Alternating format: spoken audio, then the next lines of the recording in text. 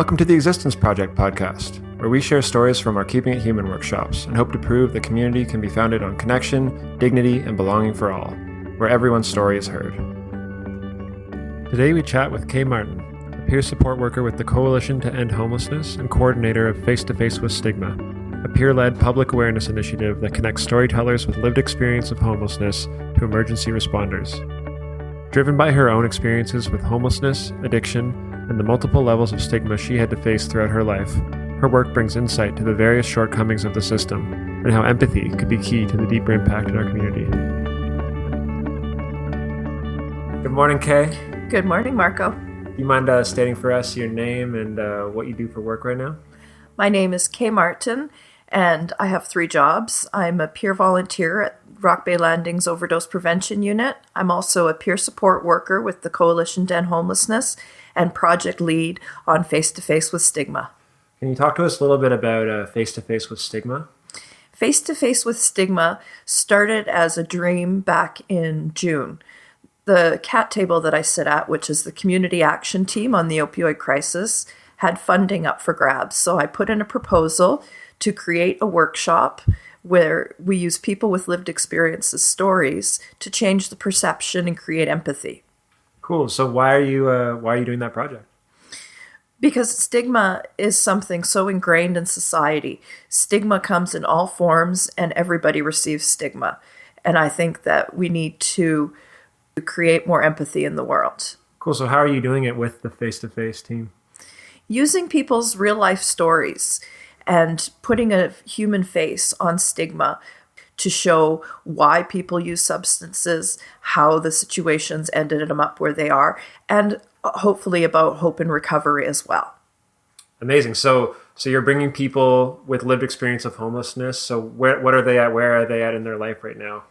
We have a group of people. Some are in recovery. Some are current users. Some are experiencing homelessness. Some are currently housed. We also have youth and Indigenous people. So we've got a wide range and mix of people. Cool. So what kind of people are you trying to talk to? We're trying to target specific audiences, being nursing students, medical students, EMTs, police, VHA employees, anybody who might be perpetuating stigma in the community. And so why did you choose those groups? Because I've seen a lot of stigma from those groups in particular, as well as the people that I work with and my friends and peers have also experienced a lot of stigma from those places. From those folks in the... That's right. Okay, right on. And so what do you kind of hope? What kind of change are you hoping is going to come about from this? I hope that people get educated and create empathy. And hopefully the education will stop the perpetuation of stigma. And it would also be nice if people came out of there with some sort of a call to action. What small thing can I do to help stop stigma? Very cool. And so how does, we know about this bigger project, but I'm curious for listeners out there, what's the relationship to stigma a little bit in your own life, if you want to share, and why you're doing this project? I've had many forms of stigma in my life. I've had stigma from my peers. I've had self-stigma. I've had stigma from nurses and police and EMTs. And I've also experienced stigma through society. You have lived experience of homelessness before? Yes, I do. Right. And so for you, this project is there's a personal element to it, right? Definitely. Right. So you've experienced this stuff before, and now you want to come back with a team of people that are maybe experiencing it right now and shift the way that people are perceiving others. Is that correct? Exactly. Nice. Do you mind sharing with us a little bit about a bit of your story, a bit of your background story, and then talk about where you've gotten to now from your past? Yes. I grew up in an abusive relationship with bullying both at home and at school, and which created a lot of disconnection in my life. It made me feel unworthy and like there was something wrong with me, which always caused me to feel disconnected from society. And so I think drug use is a really interesting topic right now because a lot of people don't fully understand drug use to a deeper degree. And so what are some key points that you would want the average person who has no experience with hard drugs to know? I would want them to know that the opposite of addictions is connection. The one thing that I've come across with the many people that I've worked with and been friends with is that we've all experienced disconnection. disconnection to our community and disconnection from each other. So the opposite of addiction is connection. Where do drugs come into that? Why do people use drugs? People use drugs for many reasons, generally because of trauma. Trauma creates the disconnection. One thing that is in common with everybody is different forms of trauma, generally childhood traumas. So why do people use drugs? Because they're trying to feel connected to something. Generally, it's to a new group, a new crowd, friends, people around them. So what are some things that we can do to help people that use drugs if we want to support them? Have empathy. When you walk by someone on the street, smile at them. Treat people like they're human. Don't automatically assume things about people. What do you think are some things in society that need to change at a much bigger level that can help support people that are experiencing homelessness or the drug-using population? I think that policy needs to change, and also the us and them mentality, where there's us, the substance-using, homeless experience, mentally ill community, and then there's the rest of society. And I think that we need to start to work together. When one person is falling short, another person should be carrying them. What role do you think storytelling plays in that? Like you've been telling your own story for a little bit now, and has it shifted anything in you since you started speaking publicly? Definitely. It's shifted the way I feel about myself. It makes me feel more connected to my community, and I feel like I'm using my own experiences to hopefully inspire hope and change in other people. It's also created a feeling of being a leader in my community by involving other people to tell their stories and become part of workshops. And I've seen the change in other people. Like, for instance, one of my storytellers from the first face-to-face with Stigma, he was on top of the world for weeks after. And his confidence grew and his connection with the community grew because he felt like he was contributing to community. And he said to me once, if these workshops continue and I can continue to find work, I could get off drugs. And that really affected me. That really, hit me right in the heart. And it reaffirmed that what I need to do is help people get their stories out. What's your vision for the project? My vision is that, well, I have two visions. I would love to see the growth of the storytellers and people on my team and grow their confidence and their ability and their capacity. And I would also like to change public perception of people who are substance users, experiencing homelessness, or mentally ill. I hope to create empathy and understanding, and I hope that it will create more of a community of one person helping another person rather than one person judging or stereotyping another person. You've been in Victoria for a while, right? Yes. So what's it like? Does Victoria have anything specific to it, you think, as far as the population here and what they're dealing with? Well, in Victoria, we've got 1,500 homeless people. So that's a huge amount of people who are sleeping in a shelter or sleeping on the streets every night. And these people are looked at as less than because of their appearance, because of where they sleep. And it's become an epidemic in that there is simply no housing for people who are experiencing substance use or mental health challenges. The government has not put any money into housing in the last 35 years. And now we've got this crisis on our hands where we've got 1,500 people that are unhoused.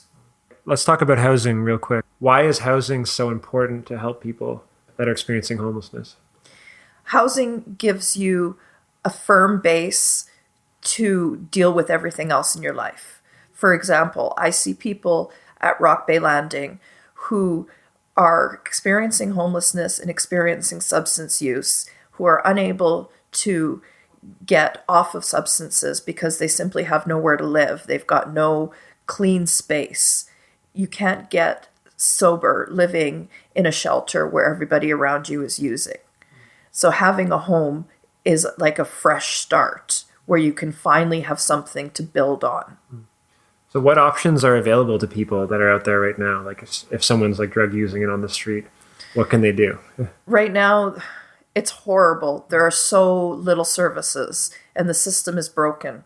Right now, if you're experiencing homelessness, you are at a shelter. And if the shelters are full, which they often are, then you are literally on the street. And the only thing that's going to change is if we build more housing and create more supportive housing.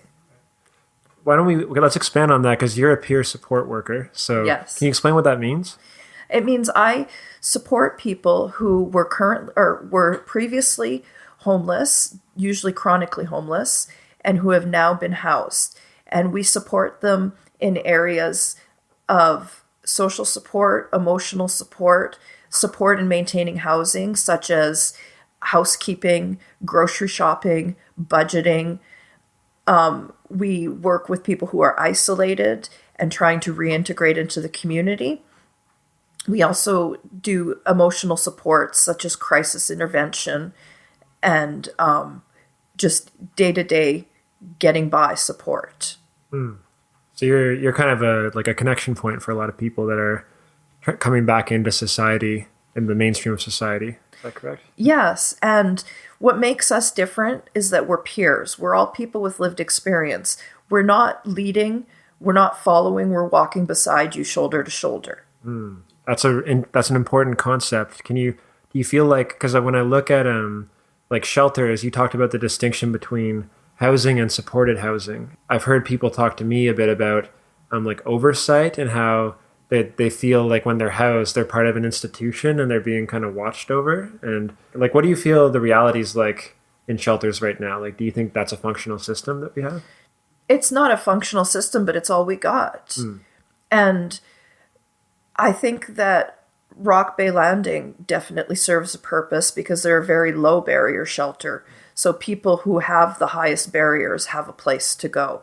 It may not be ideal or the best place to go, but it's somewhere. And supportive housing, we need more of, but it's not ideal for everyone. A lot of people are being put in supportive housing because there's simply nowhere else to go. And a lot of people who need supportive housings are still in shelters. So when you say supportive housing, what does that mean? That means a housing site where there are different suites and there's staff 24 hours a day. For example, Kool-Aid would have Kool-Aid community support workers and emergency support workers, and they are there to provide resources, advocacy, and referrals, as well as maintain a comfortable living space for everyone. An interesting thing about the housing debate is like the economic debate. And so people will be like, oh, like we don't have money for this kind of housing for all these people. And what do you think about that argument? Well, housing should be a basic human right. And no matter how much it costs, people need to be housed. People need that stability, and people just need a roof over their head. I don't understand why it's so difficult. Just build housing. And I know there's a lot more to it than that. But until they build new housing, nothing's going to change. It's just going to get worse. And the government has promised money into housing. And I don't see any changes. I don't see affordable housing going up. I don't see low-income housing.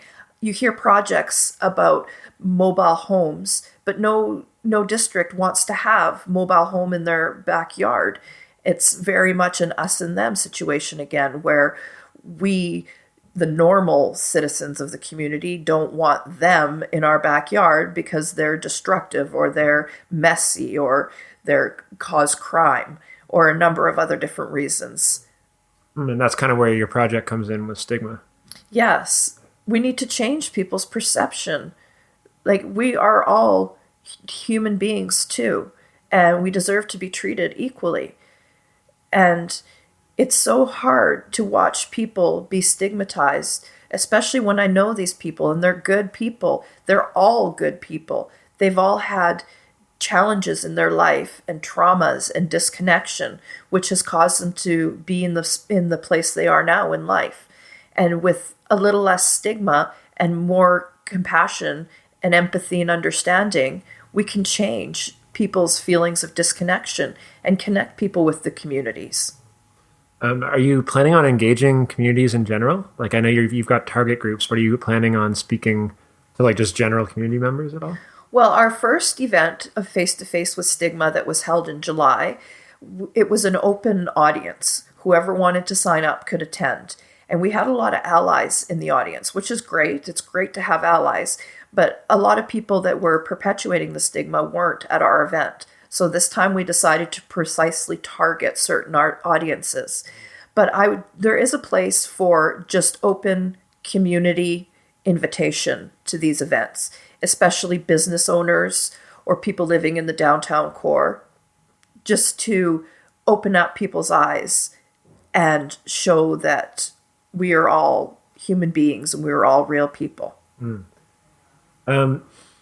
And I think that brings up another interesting point. So we've talked around the barriers to housing, but let's talk a bit about addiction, because that's another overlap here. Yes. And I would also say mental health is another one. Yes. So what's the reality for people living with an addiction now if they want to get help?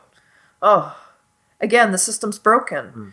If somebody wants help, they need to be really dedicated, and not just dedicated in the moment, but dedicated on the long term, because it's not easy. You don't just decide one day that you want to be in recovery and go to detox and everything goes fine from there. First of all, there is a huge waiting list to get into detox. And then from detox to treatment, there's usually a waiting period. So people tend to go to detox, get off the substance, but then go back to the same environment where they were using and end up relapsing before they ever get to treatment. So what we need to see is a direct route into detox, so that the moment you decide that you want recovery, you can go immediately to detox, and then immediately to the 1 month stabilization, and then immediately to treatment. How does that play with mental illness? So for someone with mental illness, what's your experience out there of them trying to navigate the systems that are available? Well, again, there's very few services available. There's people out there on waiting lists waiting to see a psychiatrist. There's people out there on waiting lists for counselors. There are no free counselors unless you're connected to mental health. And even then, you're on a waiting list for a year to get in to see a counselor once every 2 weeks, if even. And so you've had experiences of addiction in your life. And Yes. I'm wondering, can you speak to just like what got you through that? Like, what was it that allowed you to maintain stability in your life? Purpose. It was all about purpose. Before I had purpose, I was lost, I was disconnected, and I felt unworthy of belonging in my community. And then my psychiatrist that I was seeing told me that I needed to find purpose and that nothing would change in my life until I found purpose, which made me angry at the time because I didn't know what my purpose was. And I used to ask him, just tell me what my purpose is so I can move on. And he told me that it doesn't work that way. But I found purpose in working in hygiene in Rock Bay Landing. It gave me a little bit of purpose to connect with people and to provide showers, which is necessarily, especially when you've been out in the rain all night. And that purpose led to more purpose at the OPU, working with people who are overdosing, which led to the purpose of becoming a peer support worker, which led to these anti-stigma events. And it's the more I do, the more purpose I have in my life. And without purpose, I don't know where I would be. It took purpose to get me here. You've also talked a bit about disconnection and connection. And so can you speak a bit to how connection has entered your life and the role that that's played? I've become more connected to my community, as well as I feel like I'm becoming a leader in my community. I'm helping people who are my peers, who have barriers to access employments by becoming storytellers. I also feel a sense of connection to my community that I've always felt like I don't belong to. And I now have connection with a special person in my life.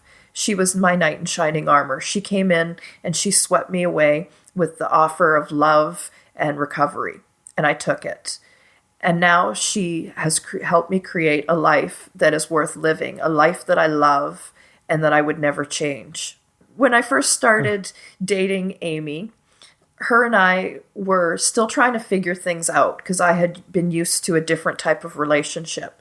And one night we were sitting in her apartment and I was hungry. And without me asking her for anything, she went into the kitchen and she made me a grilled cheese. And when she brought that grilled cheese to me, I couldn't believe it because nobody had ever cooked anything for me since I was a child in my mom's home. And it made me feel love and connection for the first time since I could remember. On a closing note, like what's the relationship for you between addiction and connection? It's all about connection.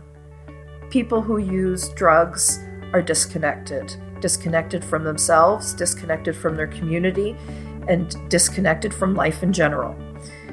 With connection can come recovery.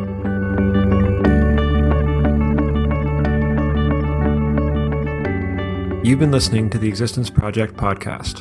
If you want to hear more, check out our website, theexistenceproject.ca, or follow us on Facebook and Instagram at The Existence Project.